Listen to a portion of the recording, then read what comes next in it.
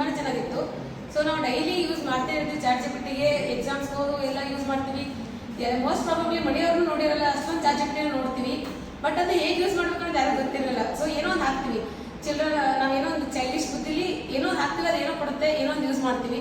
But ಅದನ್ನ realistic ಆಗಿ ನಾವು ಈ ಥರ ಪ್ರಾಂಪ್ಟನ್ನು ಕೊಟ್ಟು ಯೂಸ್ ಮಾಡಿದ್ರೆ ಎಷ್ಟೊಂದು ನಿನ್ನೆ ಮತ್ತೆ ಇವತ್ತು ನೋಡಿದ್ರೆ ಸೊ ಗೊತ್ತಿರಲಿಲ್ಲ ಚಾಟ್ ಜಿಪಿಟಿ ಇಷ್ಟೊಂದು ಕೊಡುತ್ತಾ, ಅಥವಾ AI ಟೂಲ್ಸ್ ಅಲ್ಲಿ ಇಷ್ಟೊಂದು ಸೋಷಿಯಲ್ ಸೆಕ್ಟರ್ ಈ ತರ ಯೂಸ್ ಮಾಡ್ಬೋದಾ ಅನ್ನೋದು ರಿಯಲ್ ಆಗಿ ನನಗೂ ಗೊತ್ತಿರಲಿಲ್ಲ.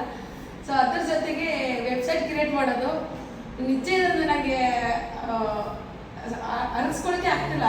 ಸೊ ಹಿಂಗೂ ಮಾಡ್ಬೋದು, ಎಷ್ಟು ಬೇಕಾದ್ರೂ ಮಾಡ್ಬೋದಾ ಅಂತೇಳಿ. ಯಾಕಂದ್ರೆ ವೆಬ್ಸೈಟ್ ಕ್ರಿಯೇಟ್ ಮಾಡೋದು ಅಷ್ಟೊಂದು ಈಸಿ ಇಲ್ಲ ಅಂತ ನಾನು ಅನ್ಕೊಂಡಿದ್ದೆ. ಯಾಕಂದ್ರೆ ಅದು ತುಂಬಾ ಟೆಕ್ನಿಕಲ್ ಆಗಿರ್ಬೇಕು, ಜಾಸ್ತಿ ಓದಿರ್ಬೇಕು ಅಂದ್ರೆ ಮೀನ್ಸ್ ಇದು AI ಇದಾಗಿರ್ಬೋದು, ನಾಲೆಜ್ ಈ ತರ ಜಾಸ್ತಿ ಇರ್ಬೇಕಂತೇನೋ ಅನ್ಕೊಂಡಿದ್ದೆ ನಾನು. ಬಟ್ ಅದೇ ನನ್ನ ವೆಬ್ಸೈಟ್ ಕ್ರಿಯೇಟ್ ಮಾಡಿದಾಗ ಇಟ್ಸ್ ಫೀಲ್ ಮೋರ್ ಪ್ರೌಡ್. ಅದ್ರ ಜೊತೆಗೆ ಶರ್ಮಾ ಸರ್ ಕೂಡ ಬಂದಿದ್ರು. ಸೊ ಅವರಿಂದನೂ ತುಂಬಾ ಕಲಿತ್ವಿ. ಸೊ ಮಿಡಲ್ ಅಲ್ಲಿ ನಮ್ಮ ಜೀವನಕ್ಕೆ ಏನ್ ಬೇಕು, ಅದ್ರ ಜೊತೆಗೆ ನಾವು ಸೋಷಿಯಲ್ ಸೆಕ್ಟರ್ ಅಲ್ಲಿ ಯಾವ ತರ ಇದು ಯೂಸ್ ಮಾಡ್ಬೇಕು ಅನ್ನೋದ್ರ ಜೊತೆಗೆ ನಮ್ಮ ಲೈಫಲ್ಲಿ ಯಾವ ತರ ಇರ್ಬೇಕು ಅನ್ನೋದು ಕೂಡ ಎಂಗೇಜ್ ಆಗಿತ್ತು. ಸೊ 2 ದಿನ ನಾನು ಕ್ಯೂರಿಯಸ್ ಆಗಿದೆ, ಪ್ರತಿಯೊಂದು ಮಿನಿಟಲ್ಲೂ ಎಂಜಾಯ್ ಮಾಡಿದ್ದೀನಿ.